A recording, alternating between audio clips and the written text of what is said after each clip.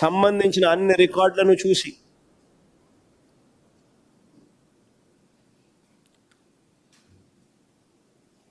Supply ఆర్డర్లు అన్నింటినీ పరిశీలించి చారిత్రాత్మకమైన జడ్జిమెంట్ కూడా ఇచ్చినారు. ఆ జడ్జిమెంట్ ఒకసారి చదవండి. In light of the facts and evidence on record and based on the submissions of parties, the allegations of abuse raised by the informants are not found to be validated, and no case of contravention of provisions of Section 4 of the Act can be stated to have arisen on the part of OPs, warranting an investigation into the matter. Abuse of dominant position, Section 4, abuse of dominant position, limits or restricts, include indulgence in practice or practices resulting in denial of market access in any manner. Clear కట్గా CCI ఇచ్చిన తీర్పు రాష్ట్ర ప్రభుత్వం అమలు చేస్తున్న మద్యం విధానం పూర్తిగా సహేతుకంగా ఉందని, ప్రభుత్వం అనుసరించిన విధానం వల్ల మద్యం అమ్మకాలు తగ్గాయని, అన్ని కంపెనీల మద్యం బ్రాండ్లు కొంటున్నారని, వాటికి సంబంధించిన చెల్లింపులు కూడా సకాలంలో చేస్తున్నారని తీర్పిచ్చింది. సిసిఐ ఇచ్చిన తీర్పులో పారా 85, 90, 95, 96, 97, 98 and 101 పారాల్లో ఈ మొత్తం వివరాలన్నీ కూడా ఉంటాయి. ఈ సిసిఐ జడ్జ్మెంట్ కాపీ కూడా ఈరోజు ఈ మీటింగ్ అయిపోయే లోపల మీ అందరికీ కూడా it will be put up in public domain also.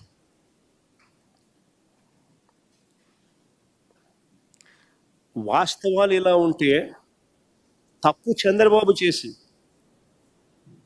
Private షాపుల కార్టెల్తో తనకు కావలసిన డిస్టిలరీలకు మేలు జరిగే విధంగా ఈ ప్రైవేట్ షాపుల చేత తాను ఇండెంట్ ప్లేస్ చేసి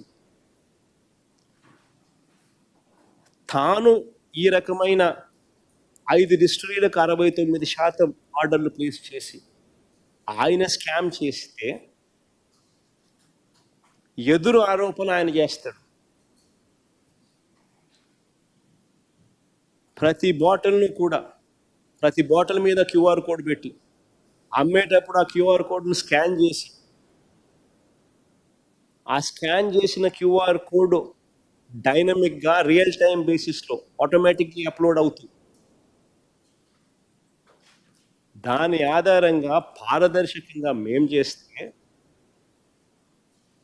చంద్రబాబు నాయుడు గారు అనే వ్యక్తి ఎటువంటి దుర్మార్గమైన ఆలోచనలతో దుర్మార్గమైన ఆరోపణలు చేస్తూ ఉన్నాడు అనడానికి నిదర్శనం.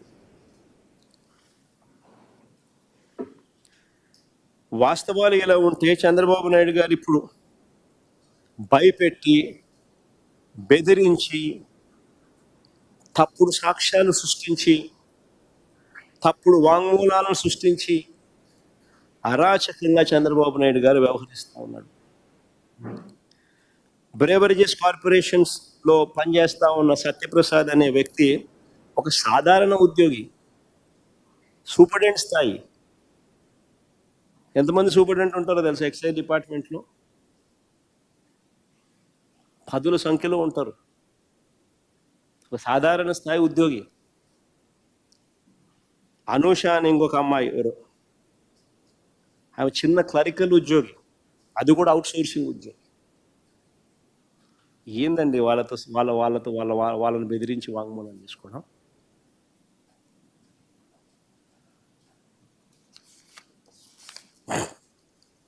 ఇక బ్రేవరేజెస్ కార్పొరేషన్ ఎండీగా పనిచేసిన వాసుదేవ్ రెడ్డి ఈ ప్రభుత్వం తనను వేధిస్తుందని హైకోర్టులో 3 సార్లు యాంటిసిపేటరీ బెయిల్ పిటిషన్ ఫైల్ చేసినాడు. ఈ మనిషి ఈ ప్రభుత్వం తనను వేధిస్తూ ఉందని, హెరాస్ చేస్తూ ఉందని 3 సార్లు యాంటిసిపేటరీ బెయిల్ పిటిషన్ హైకోర్టులో ఫైల్ చేసినాడు. ఇలాంటి వ్యక్తిని బెదిరించి భయపడిచ్చి చివరకు లొంగ తీసుకుని ఇలాంటి వ్యక్తి మళ్ళీ స్టేట్మెంట్ ఇచ్చిన తర్వాత ఈయన సెంట్రల్ గవర్నమెంట్కి మళ్ళీ వెనక్కి వెళ్ళిపోవడానికి ఎన్ఓసి ఇచ్చారు. అంతవరకు ఎన్ఓసి బ్లాక్ చేసి. ఇలాంటి వ్యక్తులు ఇచ్చే స్టేట్మెంట్కి ఏం వాల్యూ ఉంటుంది? బెదిరిస్తున్నారు, భయపడిస్తున్నారు, ఎన్ఓసీలు ఆపుతున్నారు. ఆయన నన్ను బెదిరిస్తున్నాడు అని హైకోర్టులో యాంటిసిపేటరీ బెయిల్ పిటిషన్ 3 సార్లు వేసుకున్నా కూడా దిక్కు దివానం లేదు.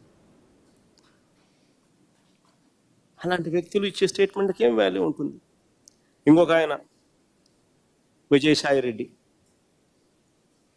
చంద్రబాబుకు లొంగిపోయిన మరో వ్యక్తి.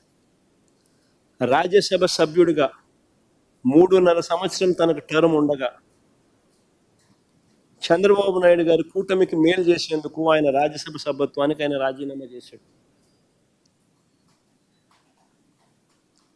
వైఎస్ఆర్సీపీకి ఎమ్మెల్యేల బలం లేదు, మళ్ళీ రాజ్యసభకు వైఎస్ఆర్సీపీ పంపించే అవకాశం ఉండదు అని తెలిసి తన రాజీనామా వల్ల చంద్రబాబు నాయుడు గారి కూటమికి మేలు జరుగుతుందని తెలిసి తన 3.5 సంవత్సరం టర్ము ఆ కూటమికి తాను ప్రలోభాలకు లోనై అమ్మేసి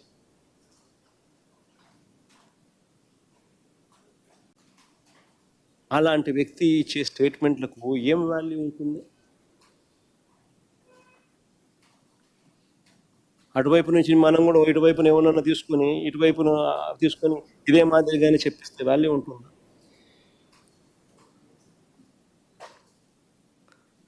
మరో నిందితుడిగా చెప్తా ఉన్న రాజ్ కసిరెడ్డి, అసలు ఈయనకు బెవరేజెస్ కార్యకలాపాలకు ఏం సంబంధం? అసలు ఈయనకు బెవరేజెస్ కార్పొరేషన్కు సంబంధించిన వ్యవహారాలకు ఏం సంబంధం? ఐటీ రంగంలో అనుభవం ఉన్నవాడు, ఒక వ్యాపారస్తుడు, రాష్ట్ర ప్రభుత్వ సలహాదారుల్లో అనేక మందిలో ఒకడు. అది కేవలం 2 ఏళ్ల కాలంలో, అది 2 ఏళ్ల టైం, 2 years మాత్రమే, అది కూడా కోవిడ్ సమయంలో. విజయవాడకు వచ్చింది కూడా తక్కువే. 2 ఏళ్ల తర్వాత ఆయన సమయం కూడా పెంచింది లేదు, ఎక్స్టెన్షన్ ఇచ్చింది లేదు. ఆయన ప్రస్తుత టీడీపీ ఎంపీతో, ప్రస్తుత తెలుగుదేశం పార్టీ విజయవాడ ఎంపీతో తన సన్నిహిత సంబంధాలు ఏ స్థాయిలో ఉన్నాయనంటే ఇద్దరు కలిసి వ్యాపారాలు కూడా చేస్తూ ఉన్నారు. ఇద్దరు కలిసి వ్యాపార సంబంధాలు కూడా ఉన్నాయి. ఇద్దరు కలిసి డైరెక్టర్లుగా ఉన్న కంపెనీలు ఉన్నాయి.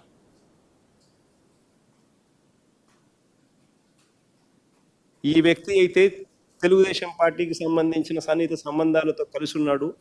ఈ వ్యక్తిని తీసుకొస్తే ఈ వ్యక్తిని సులభంగా ప్రలోభ పెట్టచ్చు అని ఈ వ్యక్తిని తీసుకొచ్చారు. ఈ వ్యక్తి మీద ఒత్తిడి తీసుకొచ్చి ప్రలోభాలు పెట్టి అప్రూవర్గా నేను మారుస్తాను, వ్యతిరేకంగా అబద్ధాలు చెప్పు అనంటే ఈయన అబద్ధం చెప్పకపోవడం వల్ల ఈయన అక్యూజ్డ్గా చేసినాడు అని స్వయంగా ఈయన సుప్రీంకోర్టులో కేసు వేసినాడు. సుప్రీంకోర్టులో this man is also filed the case.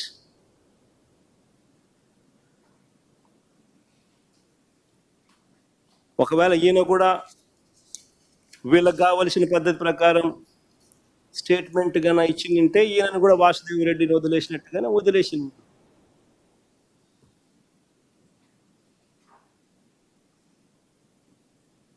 అంతే కదా. ఇలా చేయాలనుకుంటే ఎవరైనా కూడా బేతాళ విక్రమార్క కథలు లేసి ఏమైనా చెప్పించవచ్చు. ఇలా కథలు అంటే ఒక్కొక్కసారి ఆశ్చర్యం కలిగిస్తుంది. అందరు ఎక్కడో కలిశారు అంటాడు. కలిస్తే గూగుల్ టేక్అవుట్స్లో ఉండవా? అందరు కలిసినట్టు చూపించలేరా? గూగుల్ టేక్అవుట్స్లో అందరు కలిసి కూర్చున్నట్టు